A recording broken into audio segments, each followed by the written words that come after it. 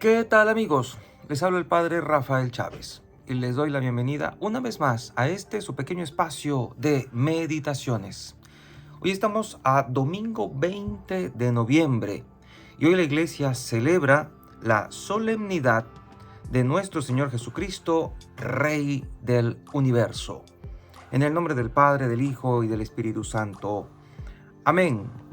Dios Todopoderoso y Eterno, que quisiste fundamentar todas las cosas en tu Hijo muy amado, Rey del Universo, concede benigno que toda la creación, liberada de la esclavitud del pecado, sirva a tu majestad y te alabe eternamente. Por nuestro Señor Jesucristo, tu Hijo, que vive y reina contigo, en la unidad del Espíritu Santo y es Dios, por los siglos de los siglos. Amén. Y esta celebración de la solemnidad de nuestro Señor Jesucristo, Rey del Universo, cierra el año litúrgico en el que se ha meditado sobre el misterio de su vida, su predicación y el anuncio del reino de Dios. La fiesta de Cristo Rey fue instaurada por el Papa Pío XI el 11 de diciembre del año 1925. Con ella, el Papa quiso motivar a los católicos a reconocer en público que el mandatario de la Iglesia es Cristo Rey. Durante el anuncio del reino, Jesús nos muestra lo que éste significa para nosotros como salvación, revelación y reconciliación ante la mentira mortal del pecado que existe en el mundo. Jesús responde a Pilato cuando le pregunta si en verdad Él es el Rey de los judíos. Dice el Señor: mi reino no es de este mundo. Si mi reino fuese de este mundo, mi gente habría combatido para que no fuese entregado a los judíos. Pero mi reino no es de aquí. Esto está en el Evangelio de Juan, capítulo 18, versículo 36. Jesús no es el rey de un mundo de miedo, de mentira y de pecado. Él es el rey del reino de Dios que trae al que nos conduce. Así que comencemos la liturgia de la palabra con el segundo libro de Samuel, capítulo 5, versículos del 1 al 3. En aquellos días, todas las tribus de Israel fueron a Hebrón a ver a David de la tribu de Judá y le dijeron: somos de tu misma sangre. Ya desde antes, aunque Saúl reinaba sobre nosotros, tú eras el que conducía a Israel. Pues ya el Señor te había dicho: tú serás el pastor de Israel, mi pueblo, tú serás su guía. Así pues, los ancianos de Israel fueron a Hebrón a ver a David, rey de Judá. David hizo con ellos un pacto en presencia del Señor y ellos lo ungieron como rey de todas las tribus de Israel. Palabra de Dios, te alabamos, Señor. Salmo 121. Qué alegría cuando me dijeron: vamos a la casa del Señor. Qué alegría cuando me dijeron: vamos a la casa del Señor. Ya están pisando nuestros pies tus umbrales, Jerusalén.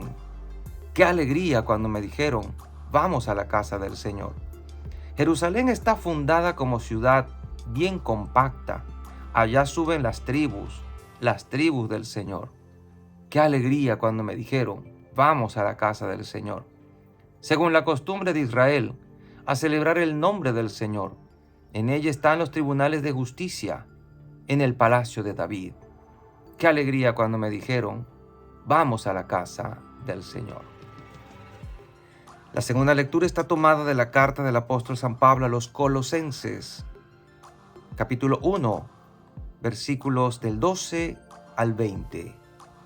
Hermanos, demos gracias a Dios Padre, el cual nos ha hecho capaces de compartir en la herencia de su pueblo santo en el reino de la luz. Él nos ha liberado del poder de las tinieblas y nos ha trasladado al reino de su Hijo amado, por cuya sangre recibimos la redención, esto es, el perdón de los pecados. Cristo es la imagen de Dios invisible, el primogénito de toda la creación, porque en Él tienen su fundamento todas las cosas creadas, del cielo y de la tierra, las visibles y las invisibles, sin excluir a los tronos y dominaciones, a los principados y potestades. Todo fue creado por medio de Él y para Él. Él existe antes que todas las cosas, y todas tienen su consistencia en Él. Él es también la cabeza del cuerpo, que es la iglesia. Él es el principio, el primogénito de entre los muertos, para que sea el primero en todo. Porque Dios quiso que en Cristo habitara toda plenitud, y por Él quiso reconciliar consigo todas las cosas del cielo y de la tierra, y darles la paz por medio de su sangre derramada en la cruz. Palabra de Dios, te alabamos, Señor. Y el Evangelio de este domingo está tomado de San Lucas, capítulo 23, versículos del 35 al 43. Cuando Jesús estaba ya crucificado, las autoridades le hacían muecas, diciendo: a otros ha salvado, que se salve a sí mismo, si él es el Mesías de Dios, el elegido. También los soldados se burlaban de Jesús, y acercándose a él, le ofrecían vinagre, y le decían: si tú eres el rey de los judíos, sálvate a ti mismo. Había en efecto sobre la cruz un letrero en griego, latín y hebreo, que decía: este es el rey de los judíos. Uno de los malhechores crucificados insultaba a Jesús diciéndole: si tú eres el Mesías, sálvate a ti mismo y a nosotros. Pero el otro le reclamaba indignado: ¿ni siquiera temes tú a Dios, estando en el mismo suplicio?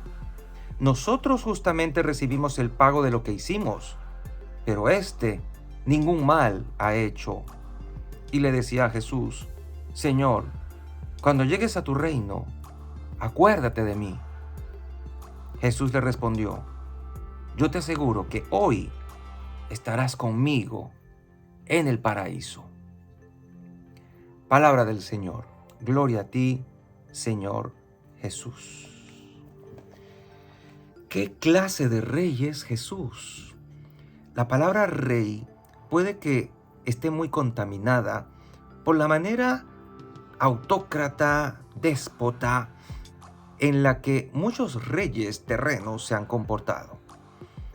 Y tal vez por eso no terminamos de entrar en la lógica de lo que es un reinado recto, digno, justo. Jesús es rey, pero no como los de este mundo. El reinado de él no es de aquí, y lo deja muy claro ante Pilato. Por lo tanto, ¿cómo es el reinado entonces de Jesús? Es un reinado contradictorio, muy distinto a los reinados terrenos. Reina desde una cruz, con una corona de dolores, espinas. Reina sin palacios, reina sin corte, reina sin ningún ejército que lo apoye. Es un rey que ha decidido gobernar desde la pobreza y desde la debilidad.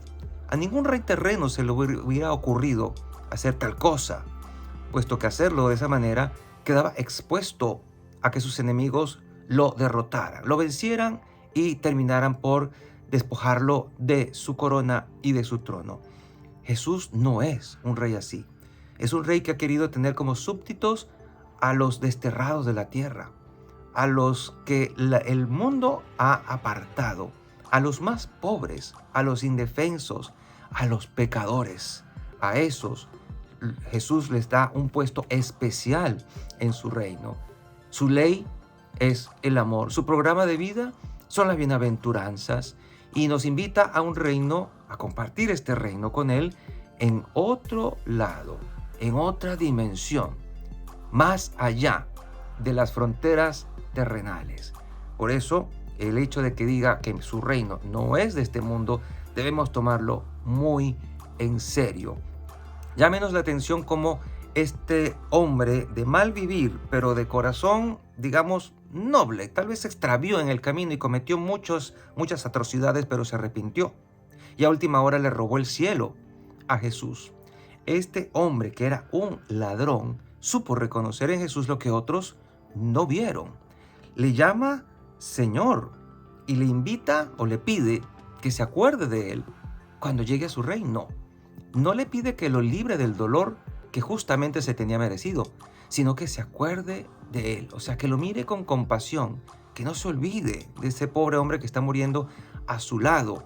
Y es emocionante ver cómo Jesús le dice que va a estar ese mismo día con él en el paraíso, cosa que es digna de meditar aparte. Lo interesante es que lo llama aquí Señor. La palabra Señor ha caído también en, digamos, desgracia, porque a todo el mundo se le llama Señor ahora. El señor Pérez, el señor Linares, el señor Herrera, el señor Juan, el señor Pedro. Pero en aquel entonces, decir Señor era un título que se guardaba para Dios. Además, se utilizaba en el latín Kyrios, y ese título solo le pertenecía al César, al gobernante terreno, civil, que por cierto se le daban o se atribuía características divinas. Por lo tanto, al proclamar que Jesús era el Kyrios, el Señor, se estaba haciendo un golpe de estado. Estaban los cristianos diciéndole al César: ya tú no eres nuestro gobernante, ya tú no eres el que nos manda Dios. Y nosotros los cristianos debemos aprender a usar el término Señor en todo su poder, en toda su fuerza, en toda su esencia. Cuando decimos Jesús es el Señor, estamos diciendo Jesús es el que gobierna, Él es el que manda, Él es el dueño. Por lo tanto, al decir Jesús es mi Señor, estamos dándole a Él la autoridad que tiene de por sí para que rija nuestra vida. Él es el rey de nuestra vida. Pero en este mundo cada vez más ególatra, más egoísta, y donde el hombre se hace prácticamente el centro de sí mismo, gira sobre sí mismo, es cada vez más complicado explicarle a la gente lo que el cristianismo propone, lo que la fe cristiana nos ha dejado, la revelación que Jesús hizo de sí mismo.